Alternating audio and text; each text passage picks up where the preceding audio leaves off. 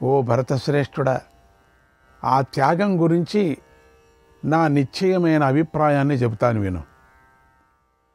ఓ పురుష వ్యాఘ్రమా, త్యాగము 3 విధాలని నిర్ణయించబడింది.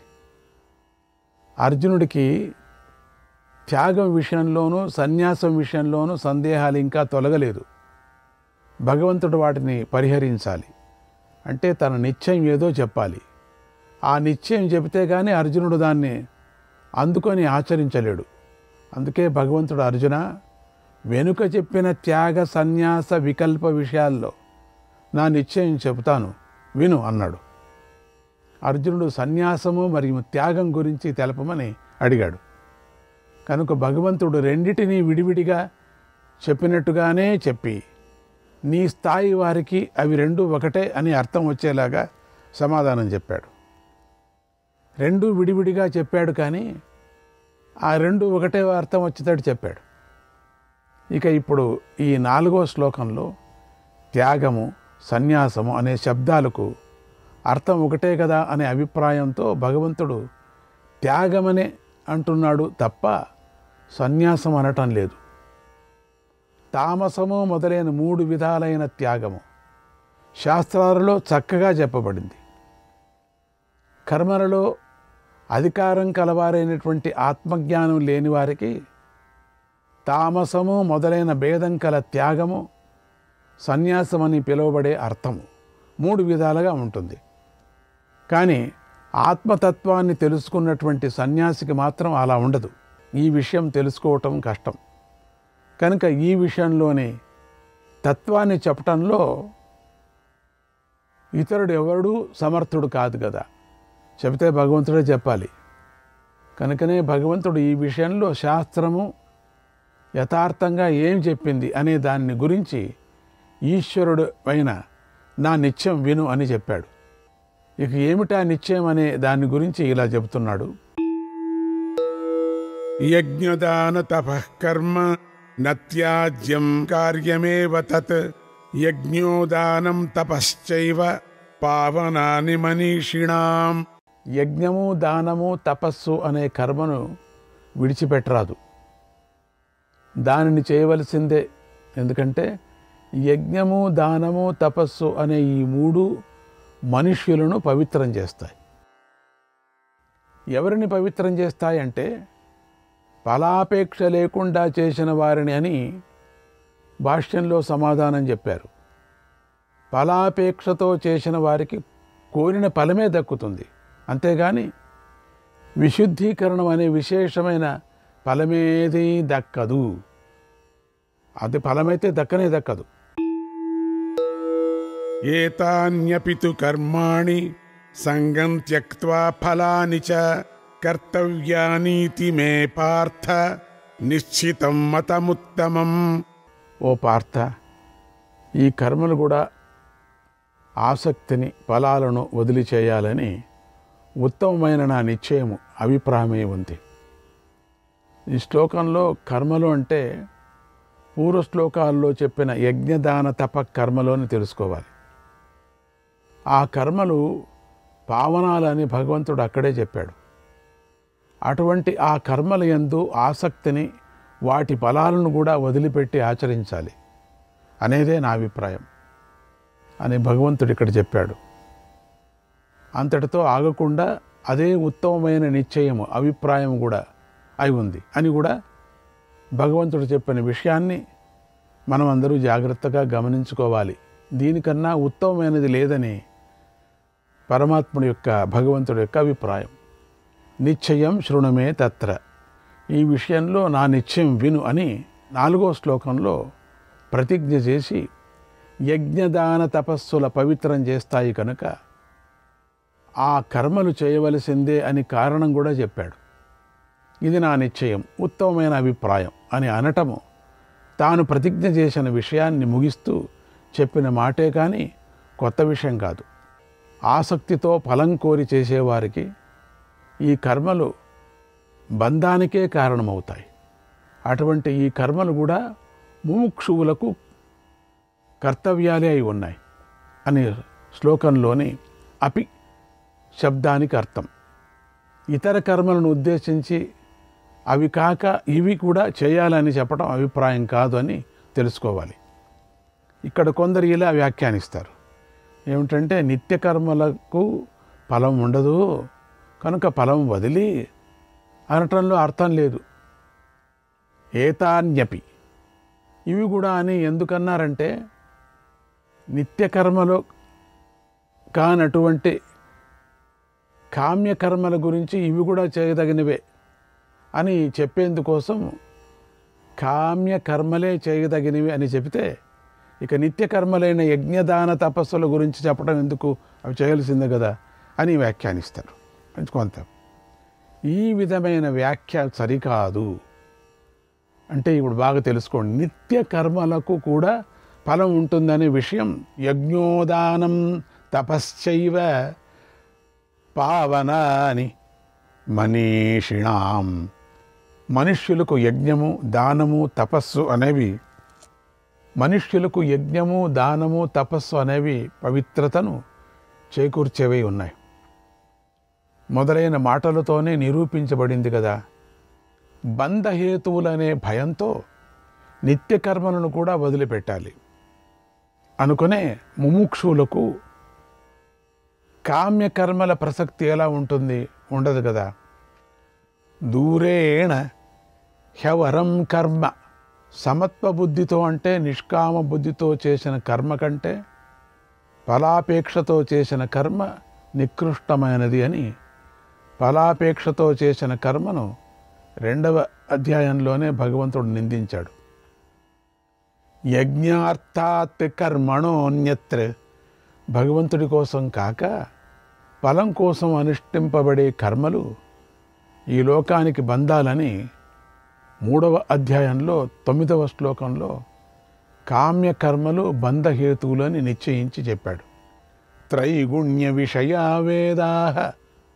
వేదాలు సంసారాన్ని గురించి మాత్రమే చెబుతున్నాయి అని 2వ అధ్యాయంలోనూ త్రైవిద్యామాం సోమపాహ. 3 వేదాలు తెలిసిన వారు, సోమపానం చేసి పాపాలు కడిగేసుకున్నవారు, యజ్ఞాల చేత నన్ను సేవించి స్వర్గగతిని కోరుకుంటారు అని 9వ అధ్యాయం 20వ శ్లోకంలో చెప్పాడు. ఆ వెంటనే క్షీణే పుణ్యే మర్త్యలోకం విశంతి.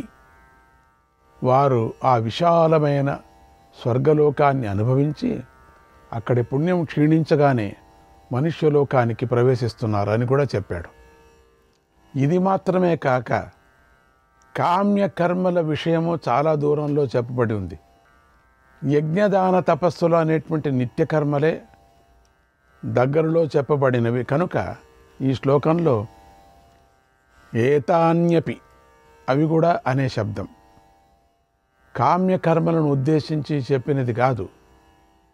మరియు కామ్యకర్మలే కాక ఈ నిత్యకర్మలు కూడా అనే అర్థంలో చెప్పినది కూడా కాదు అని తెలుసుకోవాలి. కర్మలయందు అధికారం కలిగిన వాడికి, అజ్ఞాని అయిన ముముక్షువుకు ఇప్పుడు ఉపదేశం చేస్తున్నాడు. నియతస్య తు సన్యాసః కర్మణో నోపపద్యతే మోక్షాత్ తస్య పరిత్యాగః తామసః పరికీర్తితః. నియతమైన కర్మకు సన్యాసం అనేది యుక్తమైనది కాదు. మోహంతో దాన్ని పరిత్యజించడం అనేది తామసమని చెప్పబడుతుంది. జ్ఞానం కలిగాక కర్మలు అవే వెళ్ళిపోతాయి. అజ్ఞాని నిత్య కర్మలను మానరాదు, ఎందుకంటే అవి పవిత్రం చేసేవని చెప్పబడ్డాయి. నియతం అంటే తప్పక చేయవలసింది అని అర్థం. దానిని పరిత్యజించటం అనేది నిషిద్ధ కర్మ. నేనంతా నాకేం అక్కర్లేదు అనుకోండి, ఏం ప్రయోజనం? అది లేదు ఇది లేదు అంటే వేద విరుద్ధమైన కర్మ వేదము నిషేధించినది అని అర్థం. నియత కర్మను విడిచిపెట్టకూడదు కనుక మోహం చేత అజ్ఞానం చేత నియత కర్మలను చేయకపోవటం అనేది తామస త్యాగం అవుతుంది. మోహం అంటే తమస్సే కదా. దుఃఖమిత్యేవ యత్కర్మ కాయక్లేశభయాత్ త్యజేత్ సకృత్వా రాజసం త్యాగం నైవ త్యాగఫలం లభేత్. ఎవడు దుఃఖం అనే భావంతోనే కర్మను కాయక్లేశ భయంతో విడిచిపెడతాడో అతడు రాజస త్యాగాన్ని చేసిన వాడవుతాడు. అందువల్ల అతడు త్యాగ ఫలాన్ని పొందడు. ఈ కర్మ శరీరానికి కష్టం కలిగిస్తుందనే భయం చేత కర్మను మానటం రాజస త్యాగం.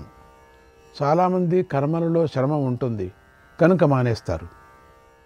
కానీ ఆ శ్రమతోనే చిత్తశుద్ధి కలుగుతుందని గమనించుకోలేకపోతారు. ప్రతిదానికి అడ్డదారి ఉందా అని వెతుకుతారు. యజ్ఞాదులు అడ్డదారిలో చేసేవి కావు కదా, విడిచిపెట్టవలసినవి అంతకన్నా కావు. ఒకవేళ అజ్ఞానంతో విడిచిపెడితే అది రాజస త్యాగం అవుతుంది. ఏదైతే ఏంటి త్యాగమే కదా అనుకోరాదు. ఎందుకంటే రాజస త్యాగం వల్ల జ్ఞానపూర్వకంగా సర్వకర్మ త్యాగం చేయగా దక్కే మోక్షము దక్కదు. రాజస త్యాగం చేసిన వారు ఇటు కర్మకు అటు జ్ఞానానికి పనికి రాకుండా పోతారు. ఇక తామస త్యాగాన్ని చేసిన వారి గురించి చెప్పేదేముంది? తామస రాజస త్యాగాల గురించి చిన్నాక అయితే మరి సాత్విక త్యాగం అంటే ఏది అనే ప్రశ్న కలుగుతుంది. దానికి భగవంతుడు ఇలా చెబుతున్నాడు. కార్యమిత్యేవ యత్కర్మ నియతం క్రియతేర్జున సంగం త్యక్త్వా ఫలం చైవ సత్యాగః సాత్వికో మతః.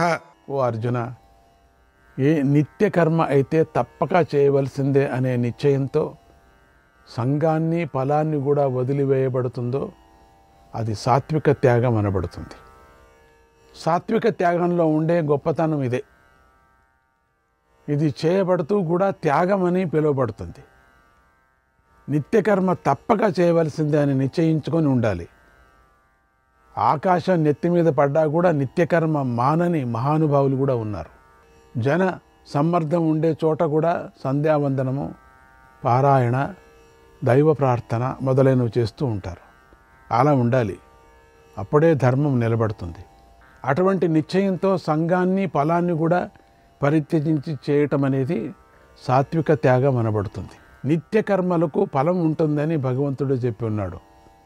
లేదా వేదము నిత్యకర్మలకు ఫలం చెప్పకపోయినా అజ్ఞాని నిత్యకర్మానుష్ఠానం చేస్తే ఆత్మ సంస్కారం కానీ పాప పరిహారం కానీ ఫలంగా తనకు కలుగుతుంది అనుకుంటాడు కనుక ఆ విధమైన కల్పనను నివారించట కోసం భగవంతుడు ఫలం త్యక్త్వా, ఫలాన్ని విడిచిపెట్టి అన్నాడని తెలుసుకోవాలి. కనుక సంఘాన్ని ఫలాన్ని కూడా పరిత్యజించి అనటం సరైనదే. నిత్యకర్మలలో సంఘ ఫల పరిత్యాగము సాత్విక త్యాగం అనబడుతుంది.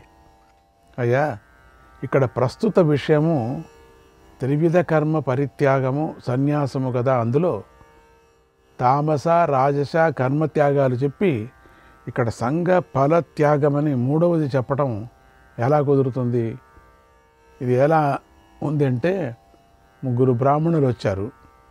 అందులో 2 షడాంగవేత్తలు, 3వ వాడు క్షత్రియుడు అని చెప్పినట్టుంది అని ఆక్షేపిస్తే దానికి సమాధానం ఇలా ఉంది. ఇది దోషం కాదు. ఎందుకంటే త్యాగాన్ని సామాన్యంగా స్తుతించటమే ఇక్కడ ప్రస్తుత విషయం. కర్మ సన్యాసానికి ఫలాకాంక్ష త్యాగానికి త్యాగం సమానమే. రెండిటిలోనూ త్యాగం ఉంది. వాటిలో రాజస తామసత్వంలో కర్మలను విడిచిపెట్టడాన్ని నిందిస్తూ కర్మఫలాకాంక్షను విడిచిపెట్టడం సాత్వికమని స్తుతించి చెబుతున్నారు అని సమాధానం చెప్పుకోవాలి.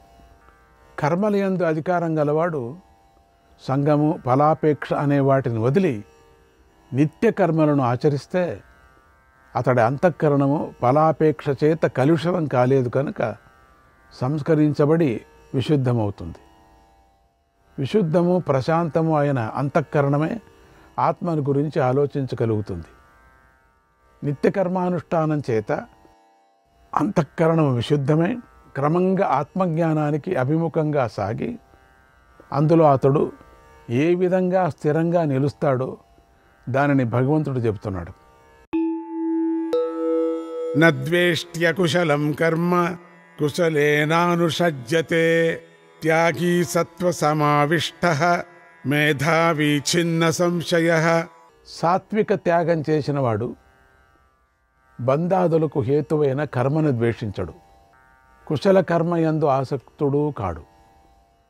అతడు సత్వంతో నిండినవాడు, మేధావి, సంశయాలన్నీ తొలగిపోయినవాడై ఉన్నాడు. శ్లోకంలో భగవంతుడు అకుశలమైన కర్మ అని ప్రయోగించాడు. అంటే కామ్యకర్మ అని అర్థం. కామ్యకర్మ మళ్ళీ శరీరాన్ని ఇస్తుంది, ఆ విధంగా అది సంసారానికి కారణమవుతుంది. కనుక అది శుభకర్మ, అంటే అది అశుభకర్మ అవుతుంది. శుభకర్మ కాదది, కనుక అది అశుభకర్మ. అందుకే దానిని భగవంతుడు అకుశల కర్మ అన్నాడు. అంటే కుశలుడైనటువంటి వాడు చెయ్యని కర్మ అని చెప్పుకోవచ్చు. కుశలుడైనటువంటి వాడు, బుద్ధివంతుడైనటువంటి వాడు చెయ్యని కర్మ అని చెప్పుకోవచ్చు. మేధావి ఆ అశుభ కర్మను ద్వేషించడు. అలాగే కుశల కర్మ సత్వశుద్ధిని చేసి జ్ఞానోత్పత్తికి కారణమై ఆ జ్ఞానంలో నిష్ట కలిగించి మోక్ష కారణమవుతుందని దాని యందు ఆసక్తిని కూడా పెంచుకోడు. అతడు కర్మలలో నిరాసక్తుడై ఉంటాడు. అంటే అతడు నిత్య కర్మలలో కూడా ఏ ప్రయోజనమూ చూడడు. ఇక్కడ భగవంతుడు త్యాగిని గురించి చెప్తున్నాడు. త్యాగి అంటే సంఘాన్ని ఫలాన్ని పరిత్యాగం చేసిన త్యాగ సంపన్నుడు. కర్మయందు సంఘాన్ని వాటి ఫలాన్ని కూడా విడిచిపెట్టి నిత్య కర్మలను ఆచరించేవాడు. అతడు ఆత్మానాత్మ వివేకం యొక్క విజ్ఞానానికి హేతువైన సత్వంతో నిండినప్పుడు అకుశల కర్మను, అశుభ కర్మను ద్వేషించడు. పోనీ కుశల కర్మ ఎందంటే శుభకర్మలందు ఆసక్తిని కలిగి ఉంటాడా అంటే అది కూడా లేదు. అందుకే అతడు మేధావి, అంటే ఆత్మజ్ఞాన లక్షణమైన ప్రజ్ఞ గలవాడు అని అర్థం. మేధావి కనుకనే అతడికి సంశయాలన్నీ తొలగిపోయి ఉంటాయి. అందుకే అతడిని భగవంతుడు ఛిన్న సంశయ అన్నాడు. అవిద్య చేత కల్పించబడిన సంశయాలన్నీ తొలగి ఆత్మస్వరూపంలో నిలిచిపోవటమే పరమ మోక్ష సాధనము, మరొకటి కాదు అనేటువంటి ఆ నిశ్చయంతో అతడి సంశయాలన్నీ తొలగిపోయి ఉంటాయి. అధికారి అయిన వాడు పైన చెప్పిన ప్రకారంగా కర్మయోగానుష్ఠానం చేత క్రమంగా ఆత్మ సంస్కారాన్ని పొంది జన్మ మొదలైన వికారాలు ఏవీ లేనివాడై నిష్క్రియమైన ఆత్మను తననుగా తెలిసి సర్వకర్మాణి మనసా సన్యస్య, సర్వకర్మలను మనసా సన్యసించి విడిచిపెట్టి నైవ కుర్వన్న కారయన్, ఏమీ చెయ్యక చేయించగా ఉంటాడు. నిష్కర్మత్వ స్థితికి లక్షణమైన జ్ఞాననిష్టను పొందుతాడు అని ఈ ప్రకారంగా పూర్వం చెప్పిన కర్మయోగం యొక్క ప్రయోజనం ఈ శ్లోకంలో చెప్పబడింది అని తెలుసుకోవాలి. ఇక దేహాత్మాభిమానంలో దేహాన్ని భరిస్తూ ఉన్నవాడు అజ్ఞాని. అతడు ఆత్మయే కర్త అనే అజ్ఞానం గలవాడు, నేను కర్తను అనే నిశ్చయ బుద్ధి గలవాడు. ఇటువంటి అధికారికి పూర్తిగా కర్మలను విడిచిపెట్టడం అనేది శక్యం కానే కాదు. కనుక కర్మ ఫలత్యాగం చేసి వేదం చెప్పిన కర్మలను అనుష్ఠించటానికే అతడికి అధికారం ఉంటుంది. శ్రీకృష్ణాయ పరమాత్మనే నమః.